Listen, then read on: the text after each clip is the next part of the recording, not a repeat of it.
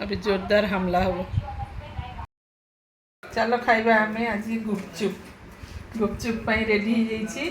आमर धनिया पुदीना चटनी चटनी करिकी मुझे करी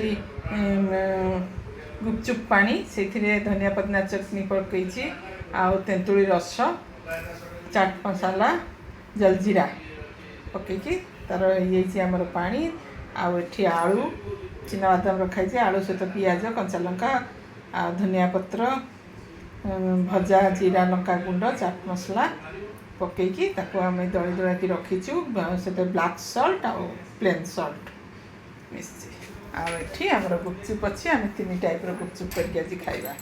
तो चलतु बनइबा। आमर गुपचुप रेडी हो गला। चलतु अभी तार मजा नेबा।